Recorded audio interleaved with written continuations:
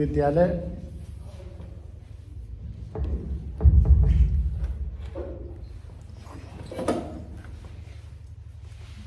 के प्रबंधक और शिक्षक, कर्मचारी और सभी प्यारे बच्चों, आप आइए ना, है जगह।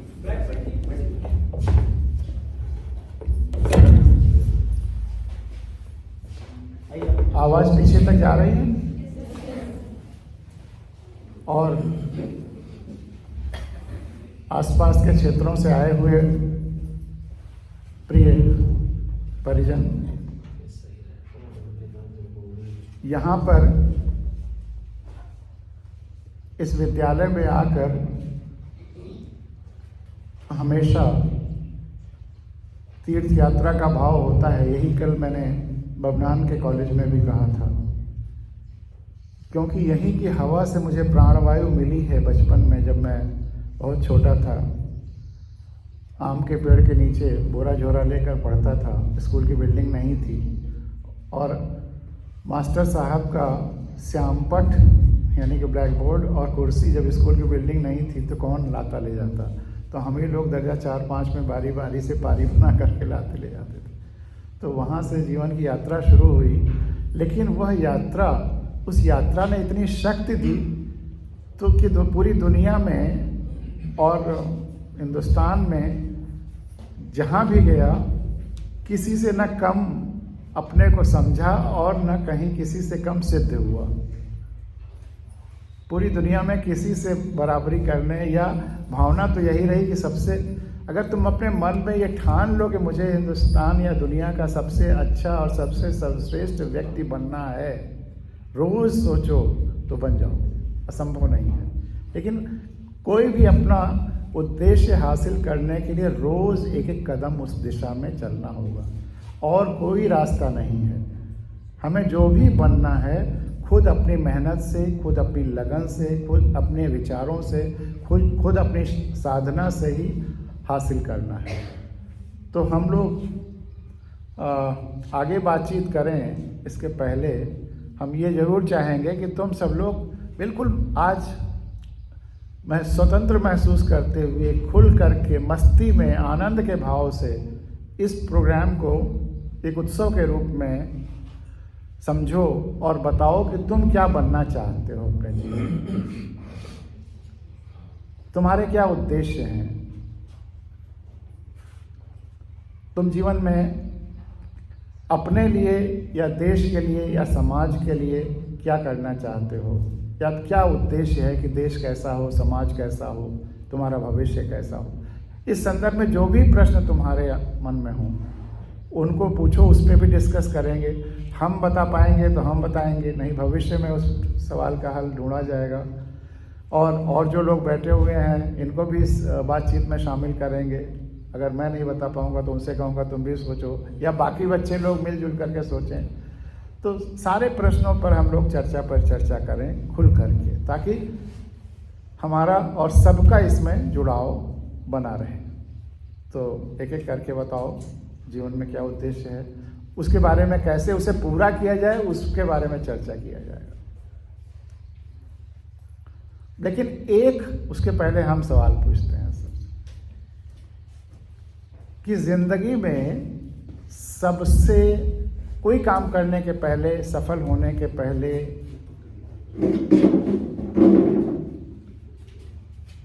आगे बढ़ने के पहले, अभी बैठ जाओ, सुनो, बैठ जाओ, अभी कुछ मत करो।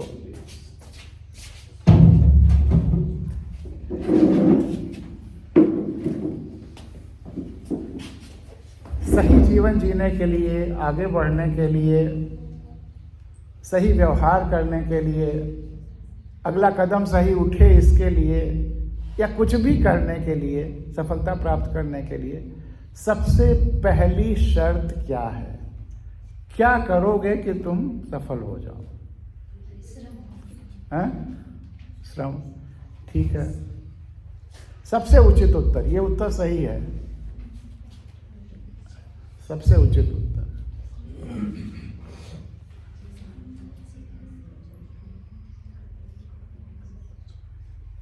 क्या सबसे बड़ा फैक्टर कह लियो, जो भी कह लो, बताते जाओ, कुछ ना कुछ जो मन में आता है उसको बताओ।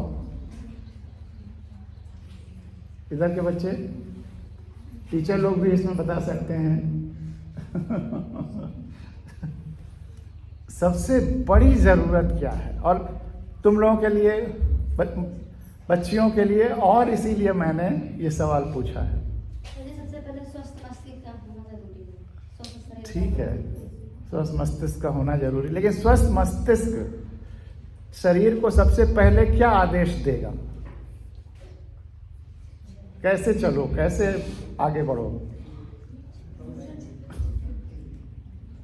सबसे पहला जो कदम होना चाहिए सफलता के लिए, आगे बढ़ने के लिए, चारों तरफ खुशहाली लाने के लिए, आत्मविश्वास जरूरी है। ये सेकंड है। पहला बता लोगे तब आत्मविश्वास की महत्ता मैं बताऊंगा। सर, पहले हमें उस चीज की तय करना चाहिए कि हमें अपने जीवन में मतलब क्या बनना है। मतलब जैसे हमारा पॉइंट ऑफ व्यू है कि अगर हमें कुछ बनना है, जैसे डॉक्टर, नहीं, हमने जो पहला सवाल किया था उससे कोई कनेक्शन नहीं है, वो बाद में तुमसे पूछेंगे। ये तो मैंने एक सवाल अब ये पूछा है कि कुछ भी बनने के लिए, जीवन जीने के लिए, व्यवहार करने के लिए, सबसे फर्स्ट या चीज़ों को समझने के लिए या इवन आत्मविश्वास डेवलप करने के लिए पहला कदम क्या होना चाहिए? क्या मतलब हमें क्या करना चाहिए? हैं? शिक्षा। हाँ, लेकिन शिक्षा भी क्या है? शिक्षा कैसे आती है? तुम लोग सोच रहे हो, सही दिशा में जा रहे हो, लेकिन शिक्षा के लिए भी पहली शर्त क्या है? हमें भोजन हैं? ठीक है, भोजन तो चाहिए ही, बिल्कुल चाहिए, लेकिन हम सही भोजन करें, भोजन सही तरीके से कर सकें, इसके लिए क्या पहली शर्त है? ज्ञान हमें सही हासिल हो, इसके लिए क्या पहली शर्त है? परिश्रम हम ठीक से करें, सही दिशा में करें, इसके लिए पहली शर्त क्या है? जानने की इच्छा। जानने, हम सही जाने, सही जानेंगे कैसे? तुम, मुझे बहुत मजा आ रहा है कि तुम सब लोग बहुत गहराई से इसको सोच रहे हो। जब मैंने बैठ जाया करो, बोल करके। हाँ, तब उसके बारे में सोचेंगे, उसे मतलब जो हमारी लाइफ है नहीं है, तब भी हम चाहेंगे उसे कि हम ये करें या फिर करना चाहें, नहीं हमें यही करना है, जिद भी होना चाहिए। हाँ, ये सब जो है, ये कब फैसला कर पाओगे कि हमारे लिए अच्छा है? हमें यह फैसला करने के लिए कि यह अच्छा है, क्या चीज होनी चाहिए, क्या शर्त है पहले? हाँ, इधर से भी एकदम फ्री महसूस करिए, जैसे घर में बातचीत हो रही है। बैठ जाओ। ये फॉर्मल कुछ नहीं है, बिल्कुल इनफॉर्मल है। बताओ, हैं? अच्छा सदगुरु कौन है? सदगुरु हमें क्या चीज सिखाए तो वो सदगुरु है। सदगुरु का सबसे पहला लक्षण क्या है? वो भी वही है। कैसे हम तय करें कि ये सदगुरु है, और सदगुरु का पहला गुण क्या होना चाहिए? वो भी यही है जो मैं पूछ रहा हूं तुम लोगों से।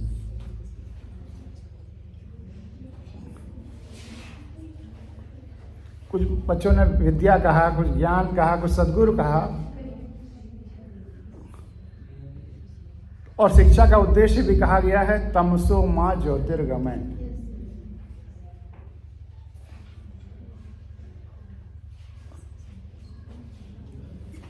तो उस ज्योति का आनंद, ज्योति मतलब प्रकाश, अंधेरे से प्रकाश की तरफ जो ले जाए वही ज्ञान है, वही विद्या है।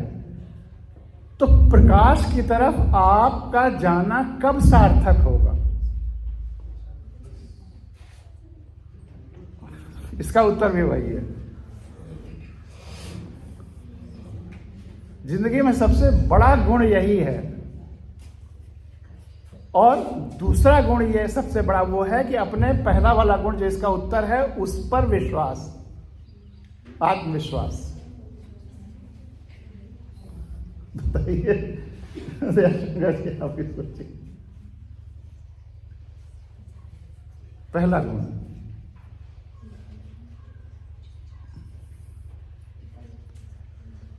आंखें खुली रखना, अपनी आंखों से देखना, यह जिंदगी का सबसे बड़ा गुण है। सुनी सुनाई बातों पर विश्वास नहीं करना, अपनी आंखों से देखना। शिक्षा के लिए भी जरूरी है कि अपनी आंखों से देखो, पढ़ो या जो भी करो, अपने अनुभव। और आत्मविश्वास, हमने अपनी आंखों से जो देखा है उस पर विश्वास। अगर यह दो चीजें हैं तो तुम जीवन में सफल होगे ही होगे। कितने लोग इससे सहमत हैं, किससे असहमत हैं? तब फिर इस बात पे ताली बजाओ। अपनी आंखों पर विश्वास और अपनी आंखों से देखना। तुम लोग इसमें कितने साइंस साइड के हैं, कितने आर्ट साइड के हैं? साइंस वाले और आर्ट्स के कितने हैं? आर्ट्स के बाकी बाद सब। तो साइंस या विज्ञान का अर्थ है सत्य की खोज, और आर्ट्स में फिलॉसफी, दर्शन शास्त्र, समाज शास्त्र या जो भी हम पढ़ते हैं उसका भी उद्देश्य है सत्य की खोज, सत्य की तलाश। यही ज्ञान की पिपासा भी पैदा करता है और यही ज्ञान होता है। लेकिन विज्ञान में सत्य की 3 कसौटियां बनाई जाती हैं कि कोई चीज़ जो हम अपनी आंखों से देख रहे हैं या जो प्रयोग कर रहे हैं, जो एक्सपेरिमेंट कर रहे हैं, जो हमारे सामने घटनाएं घट रही हैं, उसमें अगर हम सत्य की तलाश कर रहे हैं या प्रयोग कर रहे हैं तो वह सच तब है जब वह रिपीटेबल हो, बार बार वही दिखाई दे। अगर हमें एक दिन सूरज पूरब में उगता दिखाई दिया, दूसरे दिन किसी और दिन और जगह से उगा, तो फिर वो सत्य नहीं होगा कि अगर हम कहें सूरज पूरब से निकलता है। लेकिन सूरज को उगते हुए अगर आप रोज पूरब से देखते हैं तो आप ऑथेंटिकली कह सकते हैं कि सूरज पूरब से उगता है। इसी तरह से अगर लाल और हरे रंग को मिला दीजिए और एक नया कलर बन जाता है, कौन सा कलर बनता है? या 7 रंगों को मिला दीजिए तो सफेद हो जाता है।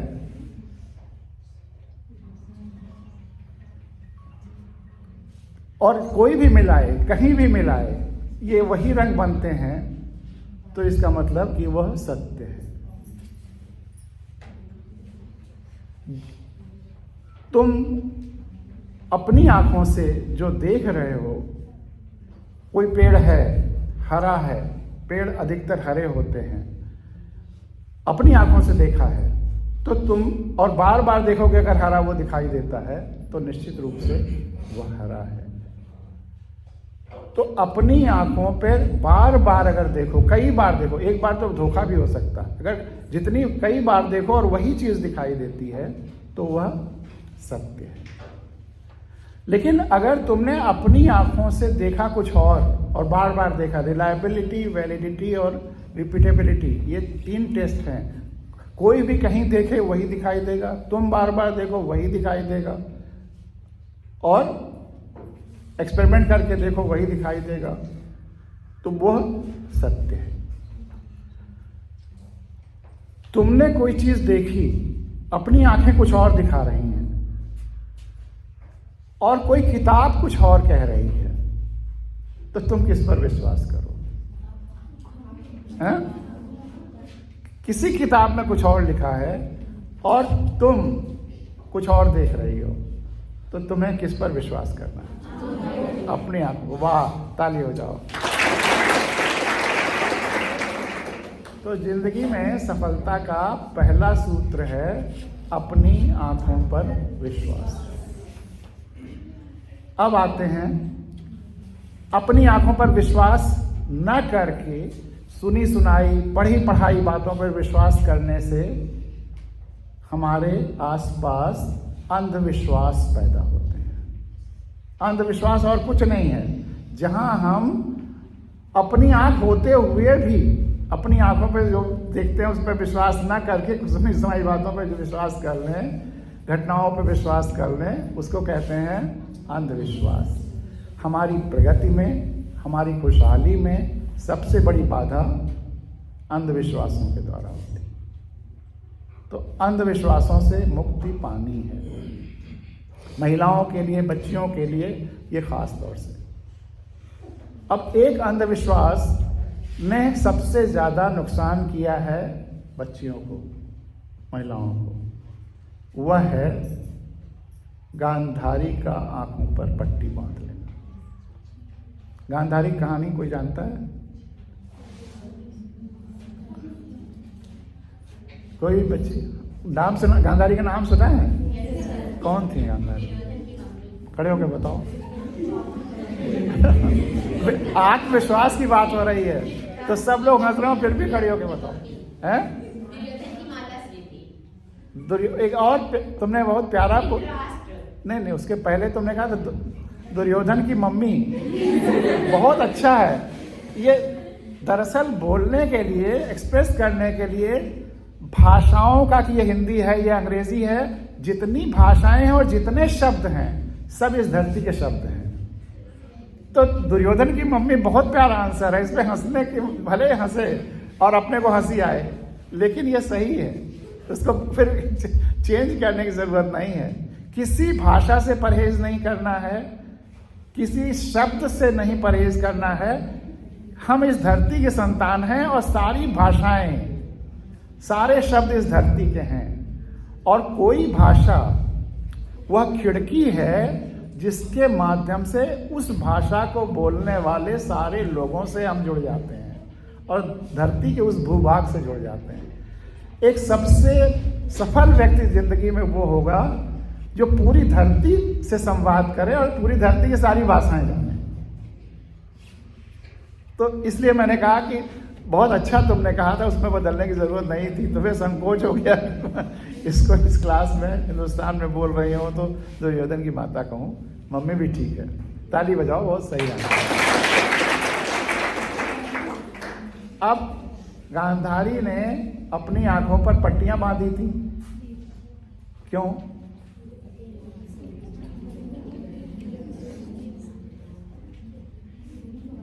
क्योंकि उनके पति अंधे थे, इसलिए पहले के जमाने में बहुत मतलब अपने पति को परमेश्वर मानती थी। इसलिए उन्होंने सोचा कि अगर हमारे पति इस दुनिया को नहीं देख रहे हैं, इसलिए आप मतलब प्राकृतिक सौंदर्य का ग्रहण नहीं कर रहे हैं, तो मैं भी इस संसार को नहीं देखूंगी। बहुत अच्छा, यही भाव है। लेकिन ये हम लोगों ने एक किताब में पढ़ा है ना, वहाँ के लोगों ने, उस समय के लोगों ने तो आगे नहीं बताया हमको। अब ये बताओ कि अगर परमेश्वर अंधा हो, हम सबका परमेश्वर एक ही है, और अगर वो अंधा हो तो हम सबको आंख बंद कर लेनी चाहिए, पट्टी बांध लेनी चाहिए। भाई अगर हमारा पूज्य या हमारा परमेश्वर या जो भी कह लो वह अंधा है और हमें अपनी जिम्मेदारियां निभानी हैं, हमने बच्चे पैदा किए हैं, उन बच्चों का पालन पोषण करना है, तो अगर पति अंधा है और हमने भी अपने को अंधा बना लिया पट्टी बांध के, तो इन बेचारे छोटे छोटे बच्चों को हमने किसके हवाले सौंप दिया, उनकी देखभाल किसके हवाले सौंप दिया? तो क्या यह उचित है? उस जमाने में पता नहीं क्या परिस्थितियां रही होंगी, जिन परिस्थितियों के अनुसार ये सब हुआ होगा, लेकिन आज अगर यह उचित नहीं है तो क्या उसके हिसाब से हमें चलना है? तो तुम लोगों ने जो ये कहा कि अब वह जरूरी नहीं है, इसके लिए, इस आत्मविश्वास के लिए एक बार फिर ताली बजाओ। तब मैं तुमको एक कविता सुनाता हूँ, गांधारी।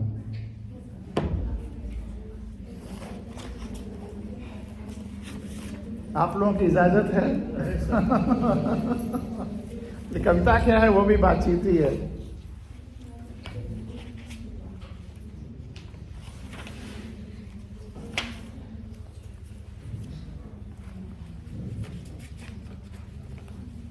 गांधारी, तुमने अपनी आंखों पर पट्टियां बांध ली पतिव्रत धर्म निभाने के लिए।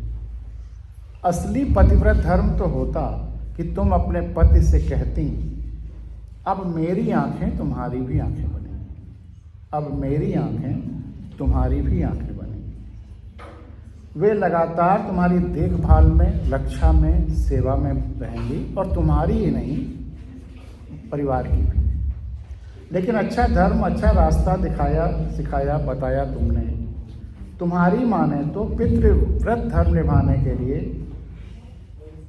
अंधे पिता के पुत्रों को भी आंखों पर पट्टियां बांध लेनी चाहिए। आ जाओ भैया, बैठ जाओ।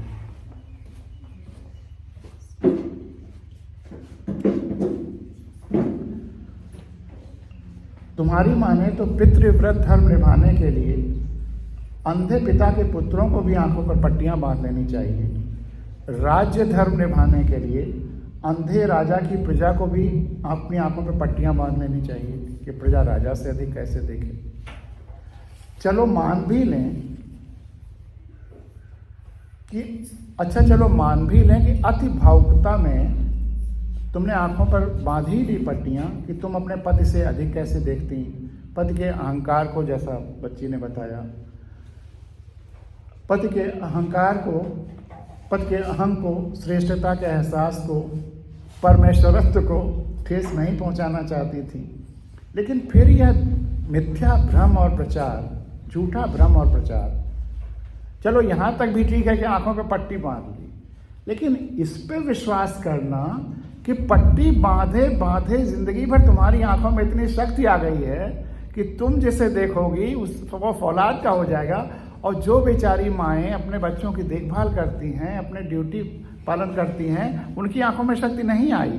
उससे ज़्यादा शक्ति जो अपनी ड्यूटी नहीं कर रही है उन आंखों में आ गई। इससे क्या मैसेज गया भविष्य में? सब लोगों में यही भाव आ गया कि कर्तव्य करने की कोई ज़रूरत नहीं है, बिना कर्तव्य के ही शक्तियाँ आती हैं। ये बहुत अनकॉन्शियस माइंड में बहुत नकारात्मक या निगेटिव मैसेज चला गया। इन सब मैसेजेस से ऊपर उठना है खुली आंखों से, खुले विचारों से। तो ये अति भावुकता में तुमने बांध ही ली आंखों पर पट्टियां कि तुम अपने पति से अधिक कैसे देखती। पति के अहंकार को, श्रेष्ठता के एहसास को चोट नहीं पहुंचाना चाहती थी। लेकिन फिर यह झूठा भ्रम और प्रचार की पट्टी बांधे बांधे तुम्हारी आंखों में इतनी शक्ति आ गई है कि तुम जिसे भी देखोगी वह फौलाद का हो जाएगा। इसे क्या कहेंगे? कोई कुछ भी कहता, जमाना कुछ भी कहता, एक माँ होकर भी तुम्हें यह कैसे विश्वास हो गया कि तुम्हारी आंखों में, देखो इसमें मैंने